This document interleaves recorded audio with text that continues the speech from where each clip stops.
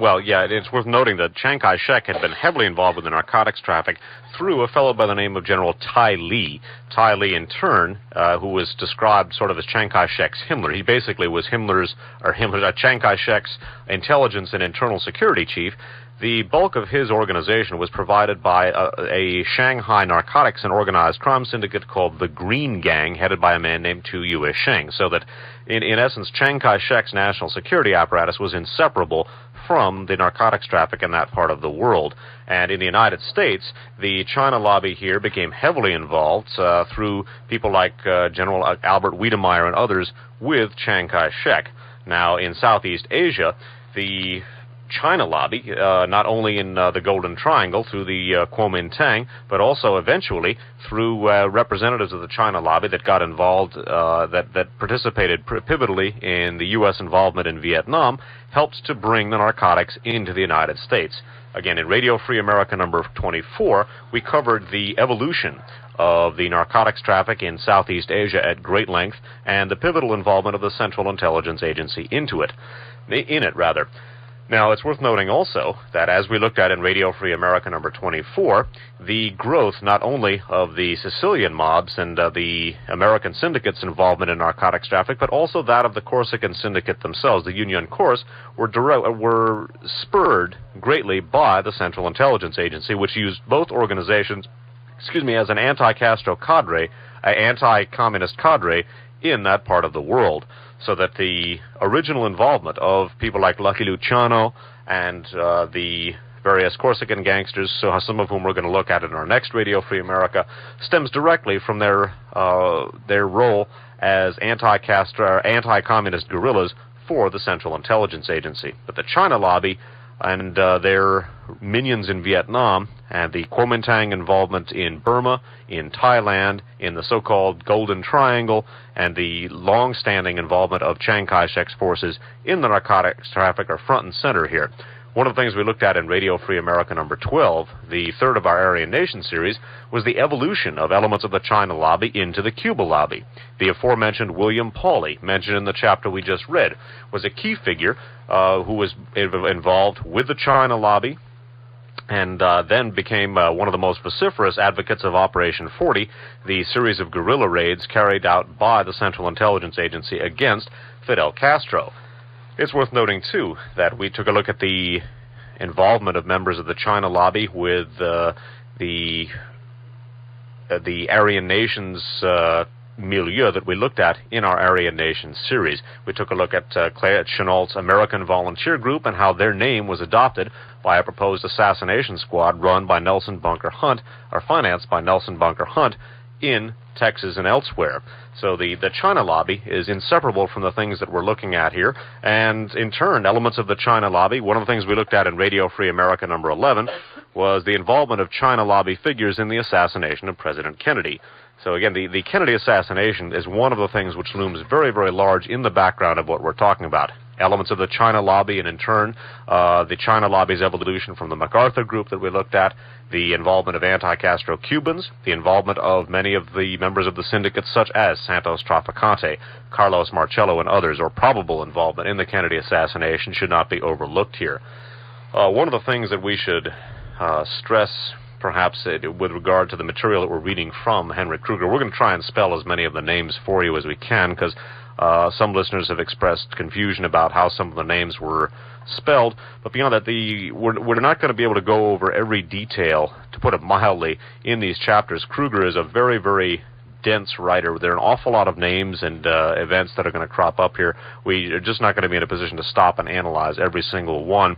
So bear with us as best you can, because Kruger's the pace he sets here is unmerciful, and you're going to hear an awful lot of names, and we're not going to be able to go over every one of them in the detail that we might like. So we're going to proceed now with the establishment by the Nixon White House of basically an assassination squad, which eventually came under not only the supervision of the Nixon White House, but also the DEA, that was initially or allegedly supposed to eliminate major narcotics traffickers. In fact, it appears that what it was used to do was to eliminate the competition of Nixon's organized crime and intelligence associates for control of the narcotics traffic. We're going to take a look at Kruger's thesis that is in fact what they were doing in a little bit. Returning again to Henry Kruger's The Great Heroin Coup in a chapter called White House Hanky-Panky.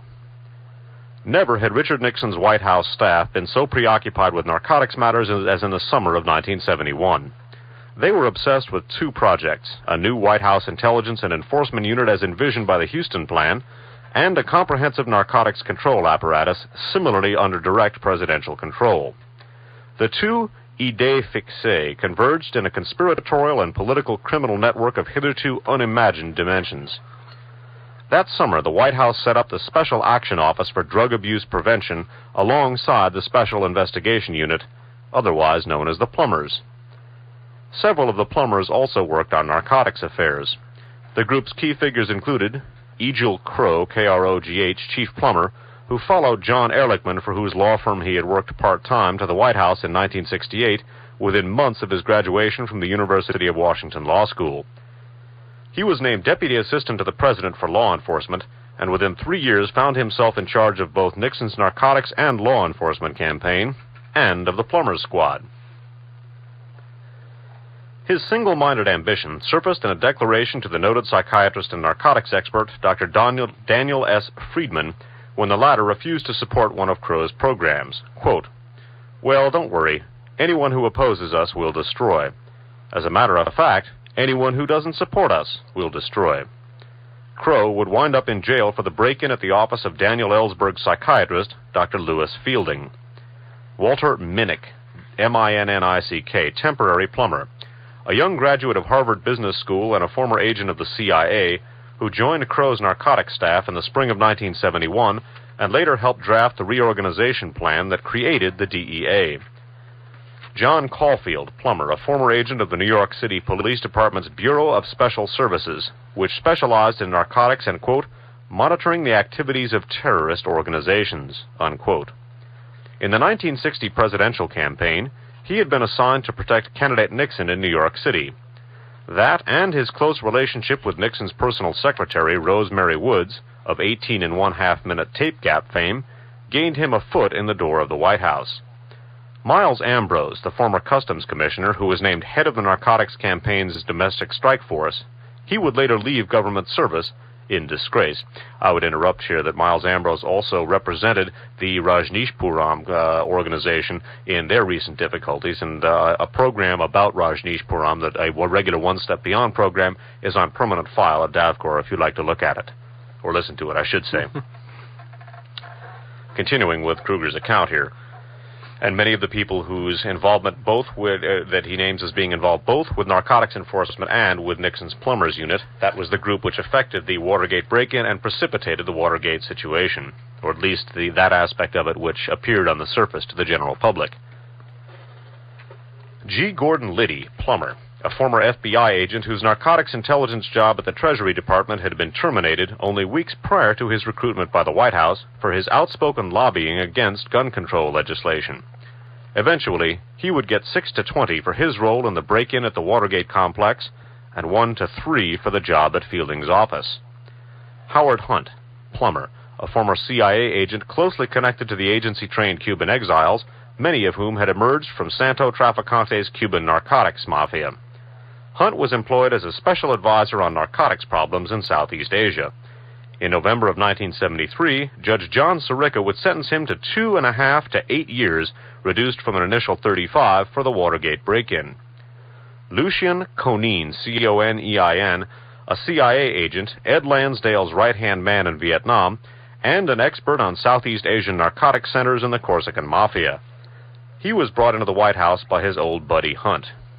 David Young, a plumber, a young lawyer who put up a sign outside his office, Mr. Young, plumber, when apprised that he would be plugging leaks and that the trade had run in his family. He came to Crow's staff from Henry Kissinger's National Security Council. And I would just say that at broadcasting from Foothill College, this is KFJC, Los Altos Hills. Continuing with the Great Heroin Coup. It was a strange mix of novices and experienced agents with the most intriguing pasts. Hunt and Liddy were located in room 16 of the Executive Office building, headquarters for the Plumbers Group's secret narcotics missions and other crooked operations on behalf of the Committee to Re-elect the President, also known as CREEP. The plumber's first assignment was the break-in at the office of Daniel Ellsberg's psychiatrist. For the break-in dirty work, Hunt enlisted Bernard Barker, Eugenio Rolando Martinez, and Felipe de Diego, 3 of his Cuban friends who had been involved in the Bay of Pigs invasion. Martinez and de Diego also took part in the CIA's follow-up Operation 40, and the ubiquitous Martinez was in on Traficante masterminded boat raids on Cuba. By the summer of 1971, the White House death squad was well on its way. Hunt sought out Barker in Miami for what Hunt called a, quote, new national security organization above the CIA and FBI.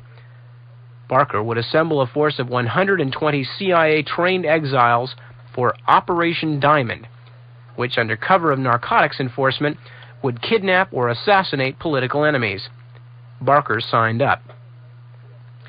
In the fall of 1971, Hunt asked another one of his Cuban friends, Bay of Pigs veteran Manuel Artime, spelled A-R-T-I-M-E, to set up, quote, hit teams for the liquidation of narcotics dealers. As later revealed, Artime's primary target was to have been the Panamanian strongman General Omar Torrijos.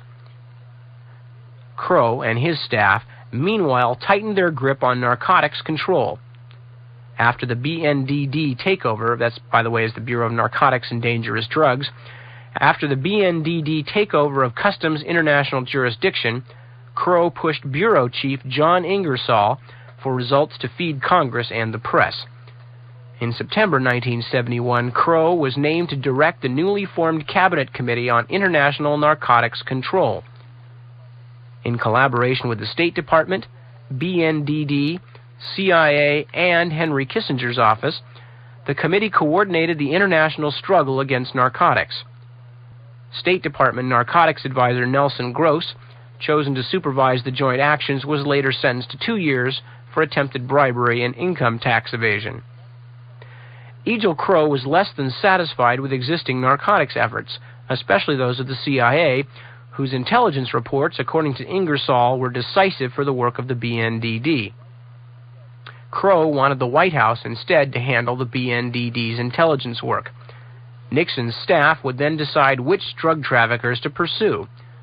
Crow's dissatisfaction was expressed to Hunt, who immediately proposed an Office of National Narcotics Intelligence, ONNI, where all narcotics intelligence reports would be analyzed and follow-up actions decided. Hunt told Crow he could enlist for the office experienced CIA figures, starting with Lucien Conein at its head.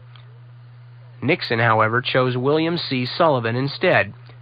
Once second to J. Edgar Hoover in the FBI, Sullivan had managed Division 5, which investigated espionage, sabotage, and subversion. He also directed Operation COINTELPRO, the Bureau's vendetta against dissident political and cultural groups such as the Black Panthers, and had been Nixon's choice to direct the Houston Plan's elaborate surveillance of U.S. citizens.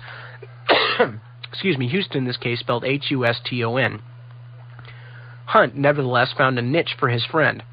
Conein was assigned to the BNDD as a, quote, strategic intelligence officer and came to control overseas narcotics intelligence, originally the domain of ONNI, while Sullivan concentrated on domestic affairs. Incidentally, the Houston Plan was an abortive plan developed by the Nixon White House in which all U.S. intelligence activities would be combined into a single giant U.S. intelligence agency, rather than the various different agencies that we have now, such as the National Security Agency, the Defense Intelligence Agency, CIA, and others. Continuing with the Great Heroin Coup.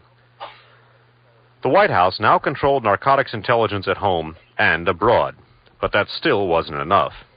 Nixon's staff also sought to control enforcement itself, and that required effective strike forces. In January of 1972, the White House set up the Office for Drug Abuse Law Enforcement, ODALE, according to a plan conceived by Gordon Liddy. It became the domestic strike force under Miles Ambrose, whose government career ended with news of his pleasure trip to the ranch of a Texan indicted for narcotics and gun running. ODLE soon became notorious for its record of illegal raids, no-knock entries into private homes, and beatings of innocent people. Some called it the American Gestapo. Overseas as well, the White House was dissatisfied with the BNDD's enforcement powers. Dr. J. Thomas Ungerleider, Ungerleider, a member of the National Commission on Marijuana and Drug Abuse, noted in a record of his conversations with BNDD officials, quote, "There was some talk about establishing hit squads, assassination teams, as they are said to have in a South American country." I'm going to read that sentence again. "There was some talk about establishing hit squads, assassination teams, as they are said to have in a South American country.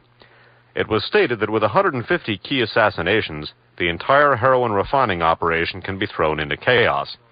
Officials say it is known exactly who is involved in these operations, but can't prove it." Hunt, Liddy, and others in Room 16 did not confine themselves to narcotics campaigns and political assassinations. On behalf of CREEP, that's the Committee to Re-elect the President, they raised campaign funds from more or less shady sources and sabotaged the campaigns of George Wallace, Hubert Humphrey, Edmund Muskie, and George McGovern. Hunt's CIA colleagues are among those who suspect he spiked Muskie's lemonade with an LSD-like substance prior to the candidate's famous tearful speech. Besides Hunt's Cubans, the familiar Frank Sturgis, who had earlier taken orders from Santo Trafficante, took on narcotics work and special assignments for CREEP. According to a 1972 FBI report, sources in Miami had claimed Sturgis was then associated with organized crime activities. He later told an interviewer that he had aided Hunt in a 1971 investigation of the drug traffic reaching the U.S. from Paraguay via Panama. He was in on several actions connected with the investigation, which focused exclusively on Auguste Ricor's Grupo Francais. Interrupting, Auguste Ricor is a Corsican gangster and Nazi collaborator who ran a very, very important drug smuggling ring. We're going to talk about that in our next broadcast. Sturgis was everywhere in the hectic spring of 1972. In May, he was among the men who assaulted Daniel Ellsberg on the steps of the Capitol. Later that month, he and Cubans, including Bernard Barker, arranged a Miami demonstration in support of Nixon's decision to mine Haiphong Harbor. Sturgis himself was at the wheel of the truck leading the procession. He helped recruit agitators to disrupt the Democratic National Convention, and in the June 17th Watergate break-in, Sturgis joined CIA, Trafficante Cubans, and White House narcotics conspirators. As the noted Berkeley researcher Peter Dale Scott put it in 1973, quote, "In my opinion, it is no coincidence that the key figures in Watergate, Liddy, Hunt, Sturgis, Crow, and Caulfield, had been drawn from the conspiratorial world of government narcotics enforcement, a shady realm in which operations of organized crime, counter-revolution, and government intelligence have traditionally overlapped." I'm going to try again. Continuing with Henrik Kruger's Great Heroin Coup. In July 1973, Nixon's narcotic forces were essentially consolidated according to Reorganization Plan No. 2 worked out by former CIA agent Walter Minnick, remember that's M-I-N-N-I-C-K, and Egil Crow. The Drug Enforcement Administration, DEA, was formed out of the BNDD, the ODALE, ONNI, and Customs Intelligence. 4,000 operatives, including 50 CIA agents, many of them Cubans from the ODALE hardcore, 500 customs agents, and most of the BNDD staff made the DEA a powerful new agency. Ingersoll of the BNDD, Ambrose of ODALE, and Sullivan of the ONNI all resigned as John R. Bartels, B-A-R-T-E-L-S, became the DEA's first director. His was no small task. Earlier rivalries persisted. The strange brew of agents with widely varying backgrounds and assignments made the DEA difficult, if not impossible, to steer. U.S. narcotics enforcement has a history of corruption, scandal, and exposure of agent collaboration with the criminals it has been assigned to police. Still, no bureau has been as plagued by scandal as the DEA has in 7 years of existence. And of course, this was written in 1979. Let me read that one more time. Still, no bureau has been as plagued by scandal as the DEA has in 7 years of existence. The exposés and charges run the gamut from trafficking in drugs, teamwork with the mob, and protection of major traffickers, to thievery, gun-running, torture, and assassination of drug traffickers. When Lucien Conein became the head of the DEA's Special Operations Branch, he allegedly carried out an assassination program after setting up the DEA's Special Operations Group, DEASOG. under cover of the B.R. Fox Company and housed on Connecticut Avenue in Washington. DEA SOG's 12 members, the Dirty Dozen, were hard and experienced Latino CIA agents transferred over to the drug agency for the occasion. Prior to DEA SOG, Conine had set up another DEA, quote, intelligence operation, Deacon 1, employing Cuban exile veterans of CIA training camps who were supervised by 30 other Cubans, all formerly of the CIA's clandestine services. In response to the claim that DEA SOG was a, quote, hit team, Conine told journalist George Cryle, quote, that is a big blank lie. That is bull blank. However, a DEA official had told Cryle, quote, when you get down to it, Conine was organizing an assassination program. He was frustrated by the big-time operators who were just too insulated to get to, unquote. DEA officials also told Cryle that, quote, meetings were held to decide whom to target and what method of assassination to employ. Conine then assigned the task to 3 of the former CIA operatives assigned to the Connecticut Avenue safe house. DSOG shared its Washington office with an old friend and colleague of Hunt and Conine's from OSS China, the weapons-dealing soldier of fortune and specialist in assassination, Mitch Wirbel III. Wirbel told Cryle he had been a business partner of Conine's as late as 1974, and that he and Conine had worked together on providing the DEA with assassination devices. Among Wirbel's other associates were Frank Sturgis, Cuban exile leaders, and Robert Vesco, who, like Wirbel himself, had been charged with bankrolling narcotics smuggling. Carlos Hernandez Rumbaut, R-U-M-B-A-U-T, the bodyguard of Vesco's close friend and business partner, former Costa Rican President Pepe Figueres, F-I-G-U-E-R-E-S, is a former Conine agent who fled the country to avoid imprisonment on a drug conviction. He has reportedly re-entered the U.S. twice with a U.S. diplomatic passport. Assassination, it can be argued, became a modus operandi under Richard Nixon. The CIA carried out assassination and extermination campaigns in Vietnam, Guatemala, Argentina, and Brazil, aided in Latin America by the local death squads. The White House appears to have sponsored a secret assassination program under cover of drug enforcement. I'm going to read that last sentence again. The White House appears to have sponsored a secret assassination program under cover of drug enforcement. It was continued by the DEA, which seemingly overlapped with the CIA in political rather than drug enforcement. Until 1974, the training of torturers and members of Latin American death squads came under the auspices of the CIA and USAID's Office of Public Safety. Some 100,000 Brazilian policemen, for example, were trained, and 523 of them were chosen for courses in the USA. They were trained at the International Police Academy in Georgetown, Washington, D.C., and at a secret CIA center in the same city on R Street, under cover of International Police Services Incorporated. When school was out, the prize pupils returned home to work, besides CIA advisors, as functionaries or torturers in such effective repression apparatuses as São Paulo's Operação Bandeirantes, OPERACIU-BANDEIRANTES.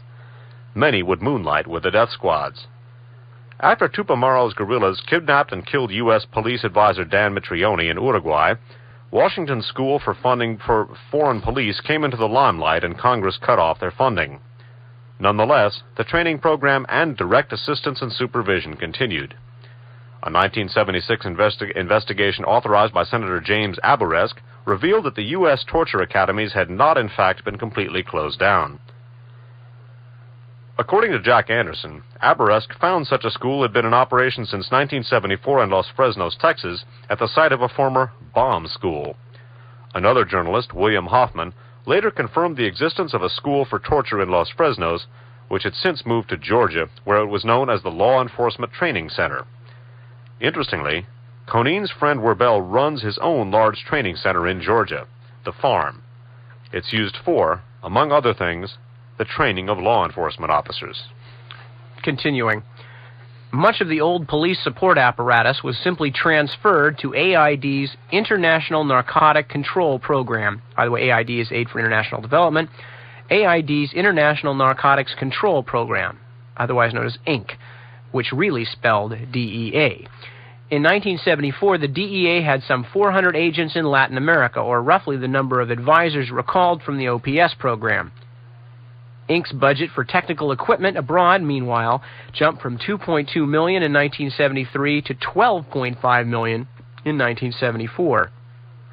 The politics of the new drug effort were exposed when, in 1974, the man behind Argentina's death squad, the Argentine Anti-Communist Alliance, Social Minister López Rega, that's Jose López Rega, we've talked about him a lot, last name Rega, R-E-G-A, appeared on TV with U.S. Ambassador Robert C. Hill to publicize the two nations' anti-narcotics collaboration with the words, quote, "Guerrillas are the main users of drugs in Argentina." That's, of course, G-U-E-R, guerrillas.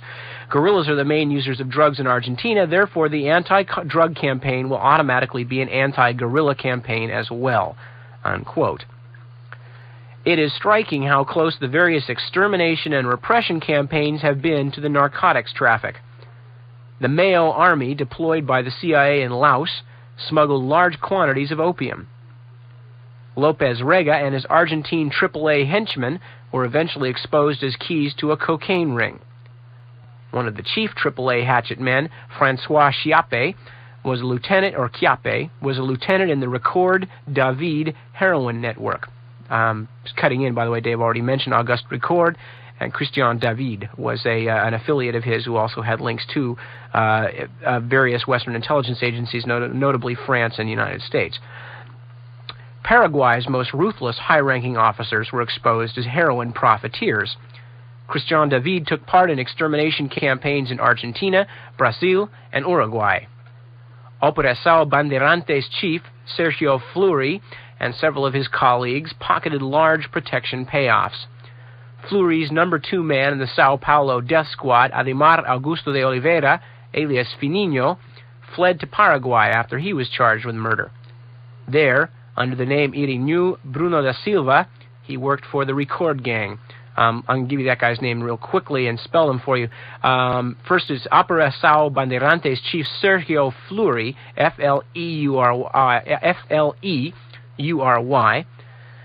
Fleury's number 2 man in the death squad in Sao Paulo was Ademar Augusto de Oliveira, alias Fininho. I don't need to spell that for you. Fled to Paraguay. There, under the name Irineu Bruno da Silva, he worked for the Record gang. When David's successor, the Brazilian narcotics dealer Milton Goncalves Thiago, spelled Thiago, alias Cabeçal, the brain, was arrested in 1975, it was learned that he had been paying off the entire Rio de Janeiro death squad, which included 4 narcotics police lieutenants.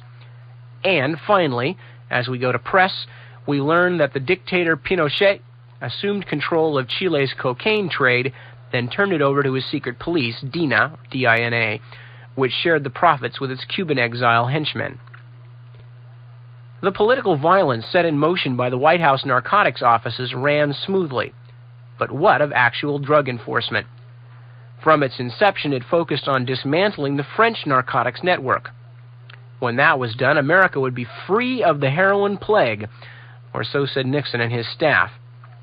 Reports of increasing amounts of heroin from Southeast Asia and Mexico were obscured by the great public relations campaign on the struggle against the Corsicans. The Turkey-Marseille U.S. heroin pipeline was indeed shut down, and the French Corsican mafia was almost totally decimated. But major new suppliers in Southeast Asia and South America were left untouched, despite warnings and reports, and despite the many CIA experts, unquote, on the Latin American drug scene. Not only were most major heroin suppliers in the 2 regions left alone, they were protected, and they were aided by the arrest of small-time competitors. At home, the story was nearly the same. ODALE and DEA nabbed only minor distributors and sidewalk pushers. Well, that's a mighty long segment to digest here. We're going to take a long musical break so that people can rest, since we've rested their brains, and we'll rest our mouths, and poor Nip can rest his slightly flu-ridden lungs. And then we're going to come back. We're going to recap some of what we've just seen, and we're going to look at Kruger's allegations and analysis of the great heroin coup itself. So don't go away. Dave Emery, myself, Nip Tuck, and as Dave put it, my slightly flu-ridden lungs will return with more of Radio Free America in just a few moments right here on KFJC.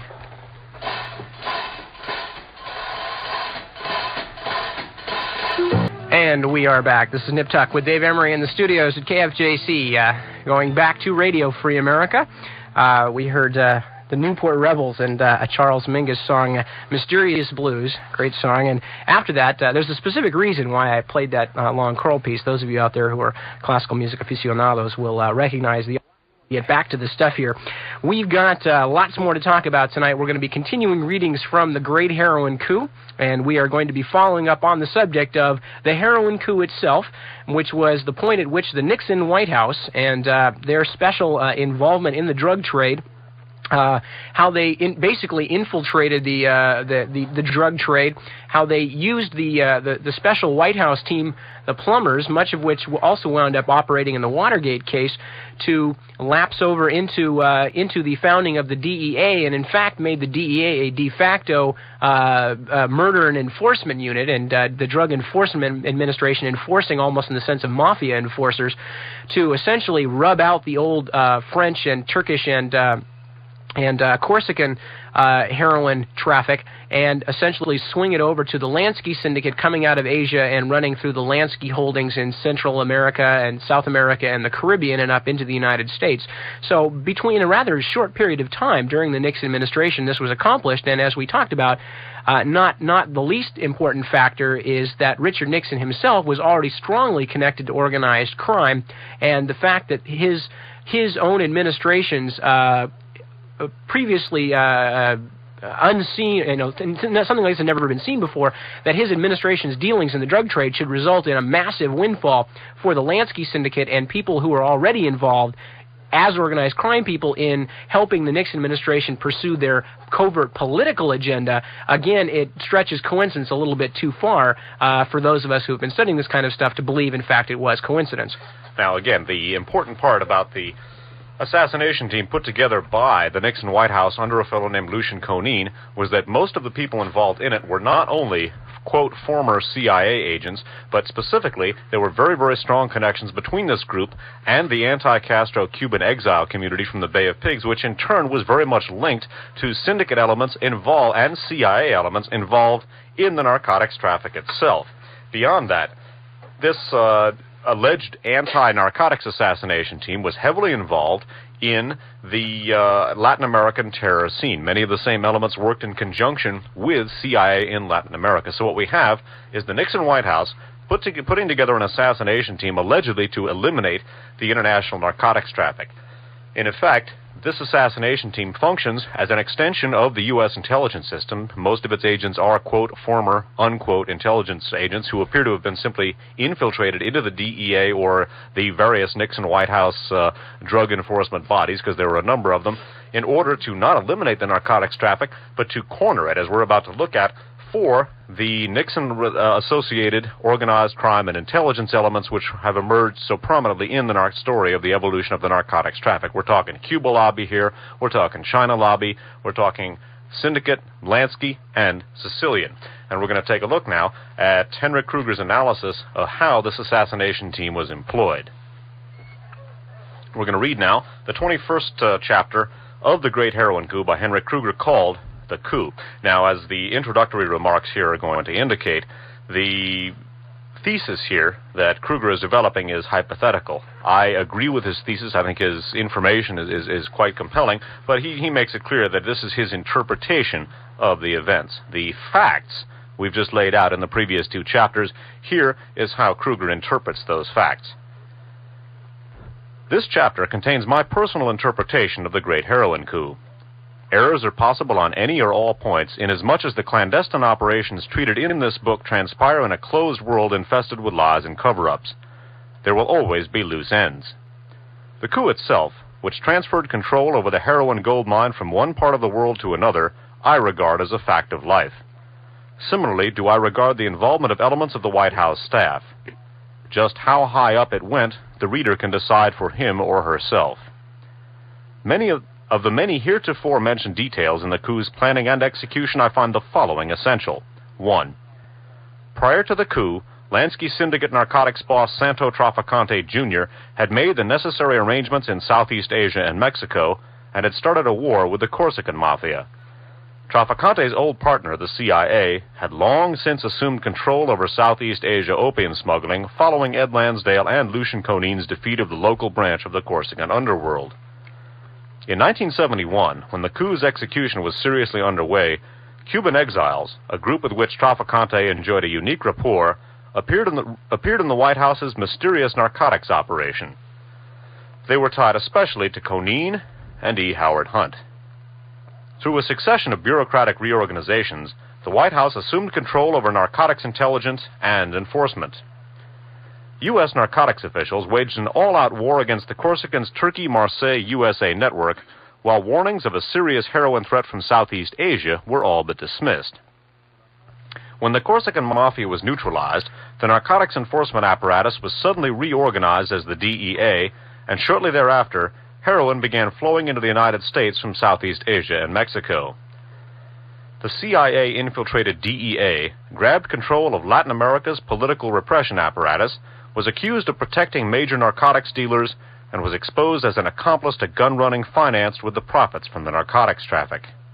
The White House protected Robert Vesco, who appears to be a central figure in the scheme of heroin smuggling and gun-running. Continuing. In these 8 points, we find the will, the power, and the motives, not for the once proclaimed victory over the traffickers, but for the dramatic transfer of underworld power that suddenly became a reality in 1973. The syndicate was in on it. The White House, the CIA, and special lobby groups were in on it too, at least indirectly. But we still need to ask who, in particular, and why. We will rely on logic and guesswork only to identify individual accomplices and their particular contributions and motives.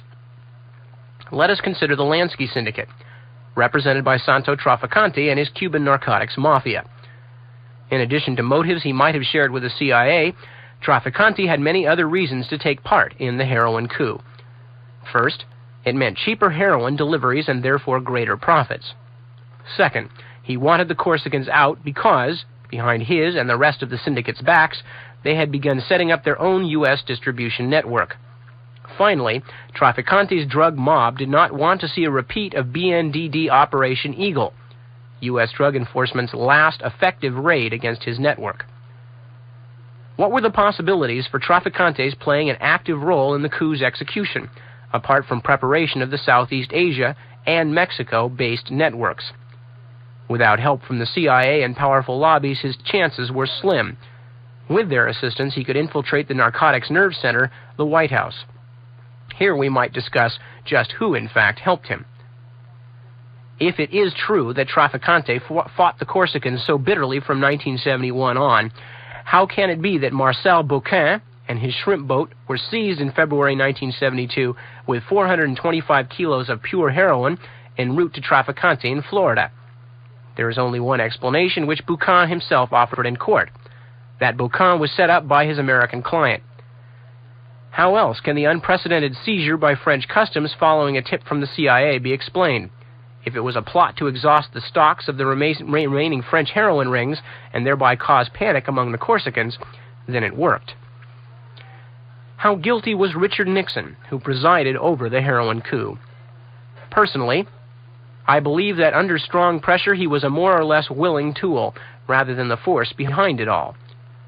Pointing to Nixon's guilt are his close association with the Cuba lobby, with people connected to Lansky and Traficante, and with Robert Vesco. In addition, his dirty tricks department relied heavily on Cuban exiles. The Cubans would never have supported him with dangerous criminal acts, demonstrations, donations, and votes if he had really been out to eliminate their most profitable business. Nixon would have been ruining the Cuban mafia and to an extent the syndicate as well, and thereby his friends in Florida. He would have been digging his own grave. Thus, Nixon tackled the drug problem as he did every political problem.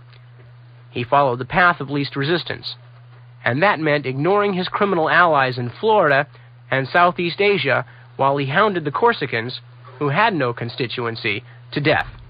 And the Kuomintang involvement in Burma, in Thailand, in the so-called Golden Triangle, and the long-standing involvement of Chiang Kai-shek's forces in the narcotics traffic are front and center here. One of the things we looked at in Radio Free America number 12, the third of our Aryan Nation series, was the evolution of elements of the China lobby into the Cuba lobby. The aforementioned William Pauley, mentioned in the chapter we just read, was a key figure who was involved with the China lobby, and then became one of the most vociferous advocates of Operation 40, the series of guerrilla raids carried out by the Central Intelligence Agency against Fidel Castro. It's worth noting, too, that we took a look at the involvement of members of the China lobby with the Aryan Nations milieu that we looked at in our Aryan Nations series. We took a look at Claire Chennault's American Volunteer Group and how their name was adopted by a proposed assassination squad run by Nelson Bunker Hunt, or financed by... Well, yeah, it's worth noting that Chiang Kai-shek had been heavily involved with the narcotics traffic through a fellow by the name of General Ty Lee. Ty Lee, in turn, who was described sort of as Chiang Kai-shek's Himmler. He basically was Chiang Kai-shek's intelligence and internal security chief. The bulk of his organization was provided by a Shanghai narcotics and organized crime syndicate called the Green Gang, headed by a man named Tu Yue Sheng, so that, in essence, Chiang Kai-shek's national security apparatus was inseparable from the narcotics traffic in that part of the world.